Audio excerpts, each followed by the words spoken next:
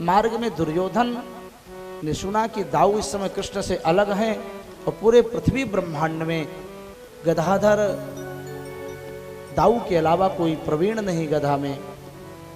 अतः आगे महाभारत की तैयारी कर रहा है अंदर अंदर दुर्योधन, और गदा के परम शिक्षा इसने जा करके प्रसन्न करके दाऊ से प्राप्त किया है, शिष्यत्व प्राप्त किया है बलराम से दुर्योधन ने, और इस प्रकार से ये पारंगत हो गया है गदा में। गदा युद्ध में दुर्योधन से किसी भी अंश में भीम नहीं फड़ सकते थे, स्पष्ट भागवत में लिखा है। बलदाऊ ने कहा था, इस समय दोनों का अंतिम युद्ध चल रहा था, दाऊ जी तीर्थाटन करके आ गए थे उस समय।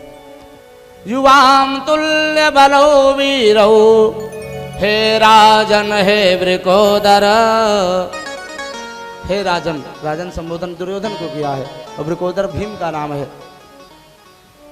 भीम और दुर्योधन वो शिष्य हैं और वो भी भाई, दोनों संबंधी भी हैं और शिष्यत्व भी है दुर्योधन का। तुम दोनों समान बल वाले हो, हजारों हाथियों का बल दोनों में था, और गदा युद्ध में बलराम की कृपा से दुर्योधन भीम से सवाई पड़ सकते थे, लेकिन कम नहीं हो सकते थे।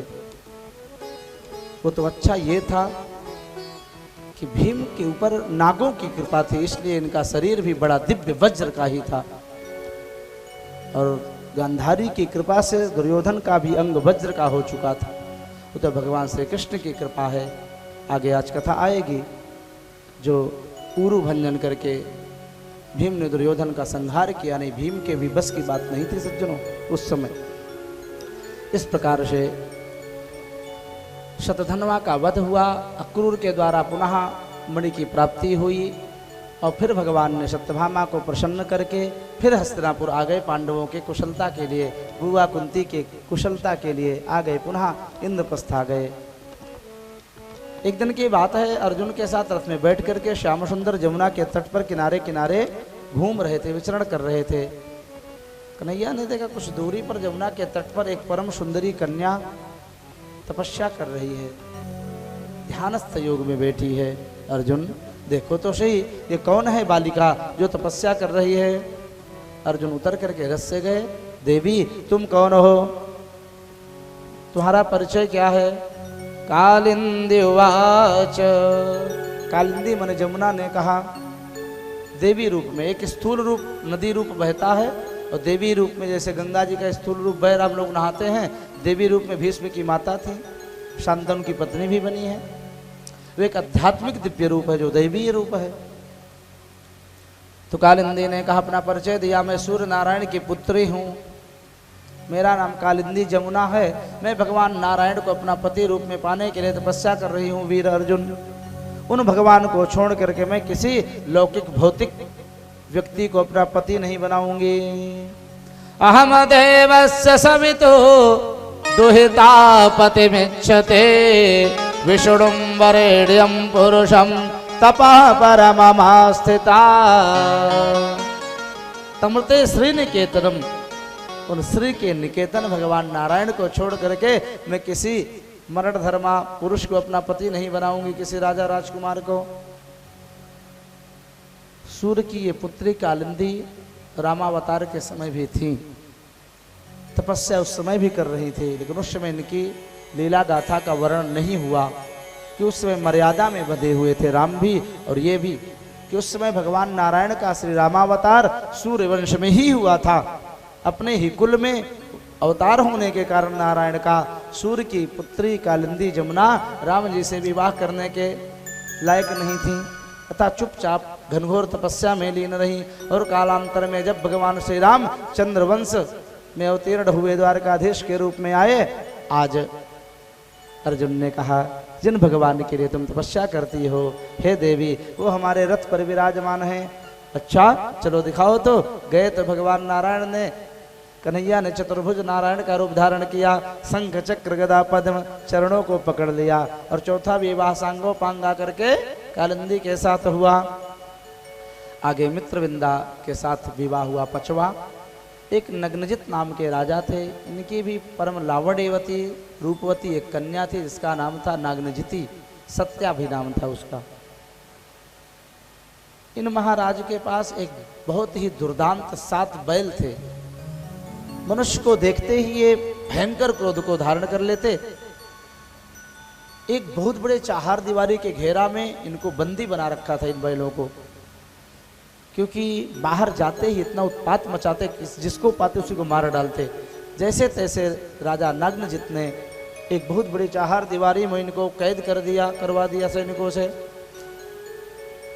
और इन्होंने एक शर्त रखी, जो भी वीर पुरुष न 7 बैलों को मदमत्त बैलों को नाथ देगा। छुट्टा घूमते थे पूरे चार दीवारी के अंदर, ये सांड इतने भयंकर थे। उन्हीं को अपनी हम परम रूपवती सत्या नग्नजिती कन्या का विवाह कर देंगे। नग्नजिती का इतना परम सौंदर्य का वर्णन है कि नग्नजिती को पाने के लालायित राजा राजकुमार बहुत देश विदेश से आए, कि जो भी उनके चार दीवारी के अंदर गए सबको बैलों ने मार डाला, कोई बचा नहीं। सुन करके द्वारकाधीश श्री कृष्ण भी नागनजिती पर कृपा करने के लिए राजा नागनजित के दरबार में आए हैं और कहते हैं, हे राजन, हम भी तुम्हारे कन्या सत्या के इच्छुक हैं।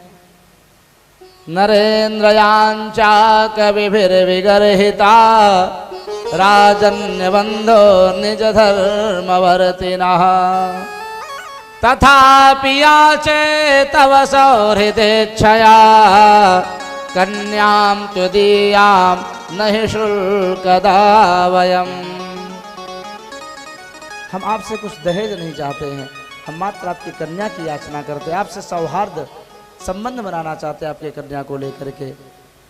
हम कवियों के द्वारा, मनुष्यों के द्वारा, ज्ञानियों के द्वारा गर्हित मन निंदित दहेज के भूखे नहीं हैं। यहाँ पर श्री कृष्ण भगवान ने दहेज को बड़ा निंद बताया है भागवत के इस प्रसंग में, इसलिए ध्यान देना भैया।